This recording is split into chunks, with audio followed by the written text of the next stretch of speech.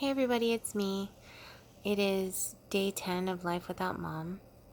And there were a few things that I realized was happening in my life, and I wanted to share those things with you. I blogged about it, but so today I was reflecting on everything that's happened and where I'm at in terms of my grief.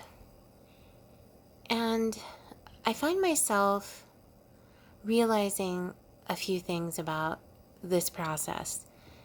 And like I said, I wrote a blog about it, but I was talking to my dad today, and I had told him that, I read an article online, and it goes through the things that people who are close to death will go through. So they're kind of like signs.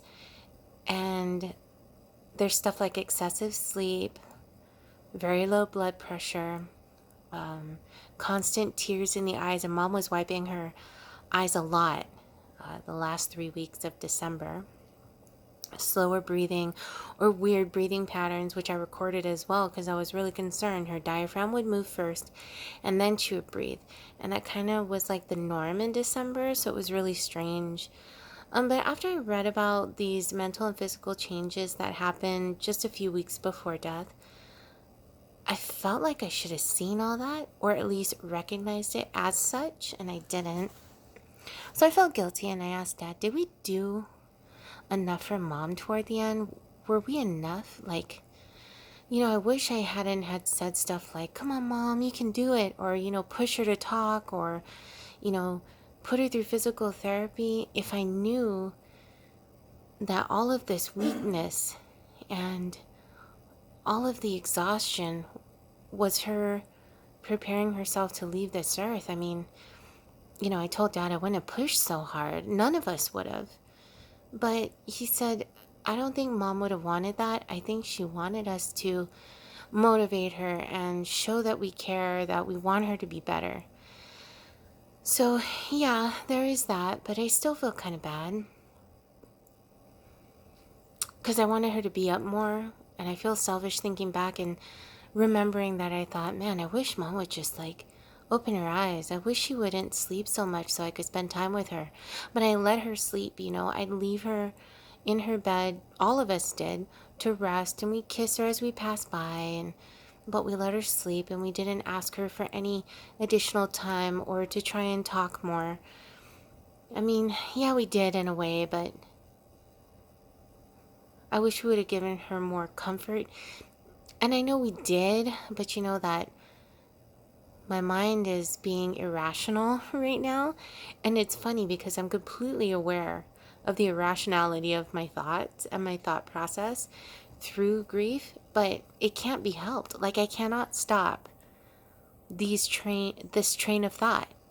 I can't stop wondering or feeling bad. And I also, realize that regretting a lot isn't healthy either, though. Like like I said, I regret not spending enough time with her toward the end of the year. If I had known, but who would have known, unless I noticed the signs. But feeling the regret and the unnecessary guilt of not doing more or being there more will actually, as I put it in my blog, it exacerbates the guilt and actually will eat me alive if I continue down that path. So I have to train myself every time I have those thoughts of regret or wondering if I was enough, to step back from that and be like, hey, that's not rational. You did everything you could. Everybody saw it, even watching videos, I saw that we were caring for her completely, but the grief brain is what I'm calling it, and this grief brain just wants to feel bad for some reason. It wants to find any reason to have a sense of why. Because the one thing that Mom's death triggered in me is this wonderment, this need to know, why now? Why did her body give out now? Or why was it her time? We just crossed over the New Year's threshold, which she didn't do at home. Why didn't she get to do that at home? Why didn't she get to come home? We just transferred her into hospice. Why didn't she get to come home? Like, you know what I mean? Those thoughts. I need a reason. And that's natural too. But I want that reason, you know? Why'd you take her? Why did life decide, you know what? Why did her body go, you know what? It's time. I'm done. I just, you know, I'm the type of person that wants to know a reason or needs a reason for everything.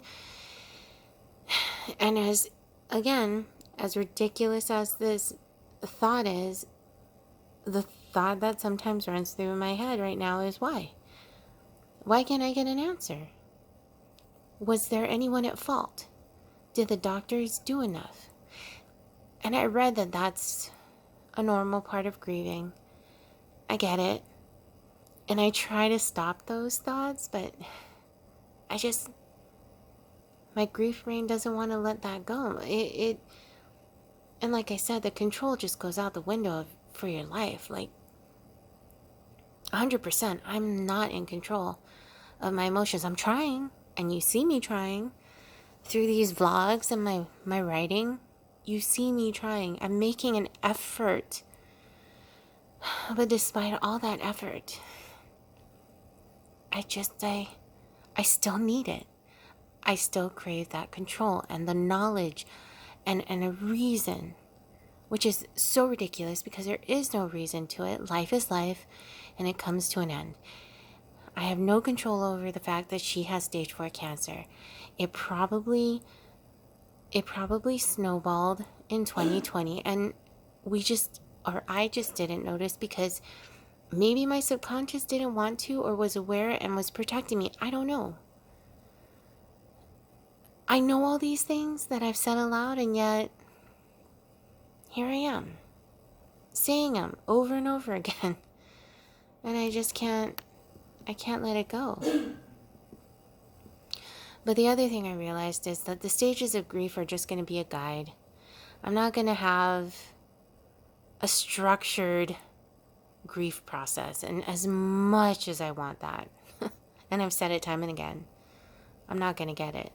But the one thing I need to do and will continue to do is open up to all of you, to anybody who's willing to play these videos or read my blog, just to listen, just to read my brain, because support is important. And for me, sharing is important. Journaling is extremely important right now. And I need it. And I'm going to allow people to care for me and take the love that I'm receiving from all of you, near and far, because it really does make a difference. Even a little, hey, how are you? Or just when you guys send funny pictures because you think it'll make me smile. All of those gestures are gestures of love and care, and I really appreciate it. And it's helping me a lot.